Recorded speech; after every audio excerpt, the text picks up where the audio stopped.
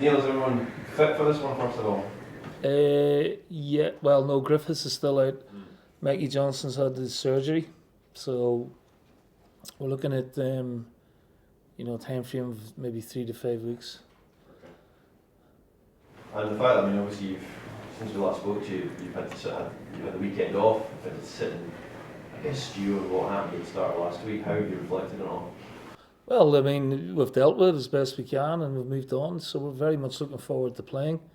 It's been a little bit disruptive, but you got to make the best out of it, so we've had a good week's training and team selected, so we're just looking forward to a good amount of games now to really get our teeth into.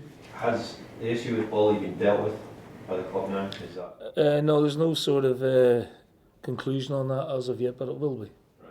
There's been suggestions that he is wanted by a club in France, by Amiens. Has there been any bid for him? No, not that I'm aware of. And just finally on that, if and when that is concluded, do you still think that he will find it very difficult to have a future here, or is that going to be part of the resolution process?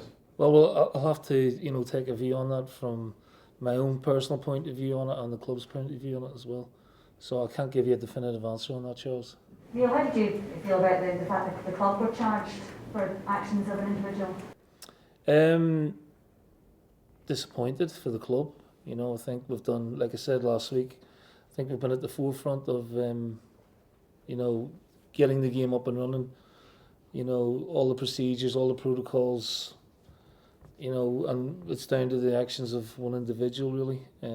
But like I said last week, we'll hold our hands up and say if we are accountable, we'll have to accept that and take it and move on. Do you understand it's just the way they have to do it to try and stop everything happening? Well, look, what we don't want is the game to shut down again or any more sort of mishaps, if you want to call it that. So, we've had two clubs now, Aberdeen and ourselves, embroiled in this. I think it's unfortunate from our point of view, from my point of view as a manager, from the majority of the players here and my staff. We've worked really, really hard, tirelessly, and people at the club as well. So from our point of view, we'll still try and set the highest of standards as we possibly can. Neil, after what happened with Bolingoli, have you had to say to the players, right, you can't go out, you must? Is there any kind of tightening that you've had to do, even though all the rest of the players, it would seem, were doing their best anyway? Yeah, we've just sort of re-emphasised without going overboard, that, they know what the responsibilities are, and in fact, we all know what our responsibilities are going forward. So until things change, then there has to be, that sort of self-discipline involved. And is that a strict training, home training? I know you can't control players 24/7, but is there an extra onus to tell them, look, as long as they're sensible, you can go and get the shopping done and stuff, the sort of menial things in life. But in terms of outdoor hospitality and stuff like that, it's going to be you can't do it, at the minute. We just can't take that chance anymore. There's been speculation about Olivier and Chan from down south. Well, that's just it's just speculation. No interest in him, no firm bids. No. Is there anything you can tell us about Shane Duffy at all? No. Any suggestions that he's had talks with the club? Yeah, look guys, I'm not going to, keep repeating myself, I'm not going to talk about players until they're in the building.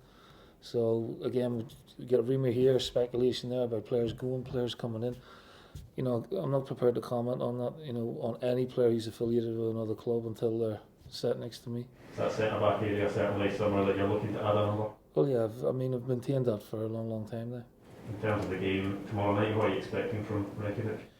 Well, they haven't played I think they played Friday, and then before that they did a 2 week shutdown as well. So, for me, the game's all about us. We're at home.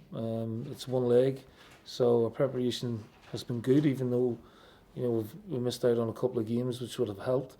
But we've given plenty of respect to Reykjavik, but I'm expecting a strong performance from ourselves tomorrow. Do you like these one-legged ties? I don't know, Charles. I've never experienced one before. Watching them last week in Europa League and the Champions League, which is going to have kind of a real different feel to it over, at the closing stages of the competition. Yeah, again, it's the new norm, really, isn't it?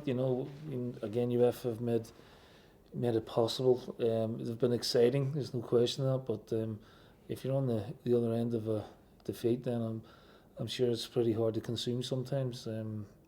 They've thrown up a lot of strange and different types of games. Even the game last night, I thought it was a great game to watch. I thought Man United were very unfortunate not to come the other side of a victory, but that happens in football. Me personally would much prefer the two-legged affairs, but we know what we have to do, and we know what lies ahead of us if we negotiate Reykjavik. How big a goal is it to get back into those Champions League group stages and amongst the elite? Well, it's one of the priorities of the season, really. So, I think the players will be fully focused on that. I think it's important for them. Obviously, it's important for the club. So yeah, I mean, we've had a long time now back in training. We've only had 2 competitive games, so I think this game's really important for a lot of reasons. Neil, how's Yeti been in training? How quickly do you expect him to be fully up to speed? Well, he'll be in the squad for tomorrow, but obviously he's not ready to start, so he's got a little bit more work to do. Do you like what you see so far? Yeah, I mean, he's only been here a couple of days. He's done some training with the boys and done a little bit of extra fitness work. He trained well this morning. I think he'll be a very good signing for us going forward. I think he's, a natural goal scorer. I think he's a good centre forward, and obviously that was a position we were looking to strengthen in.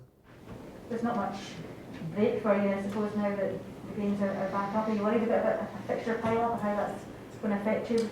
No, I mean, we'll just have to negotiate that when it comes, and obviously we want to do a little bit of work on the squad and try and get that completed as well, and then we'll be fine. We'll just try and negotiate the dates as best we possibly can, and obviously plan for that. But I've no issue with it being kicked down the line. We'll have to we'll deal with. We're in this position. We've dealt with it as best we possibly can, and now it's time to just talk about the football again and get on with things, I hope. Did you say your team is selected, Neil? Yes. Is that unusual? Is there a specific reason you've done it early? No, you have to pick a team for the game, Kerry. No.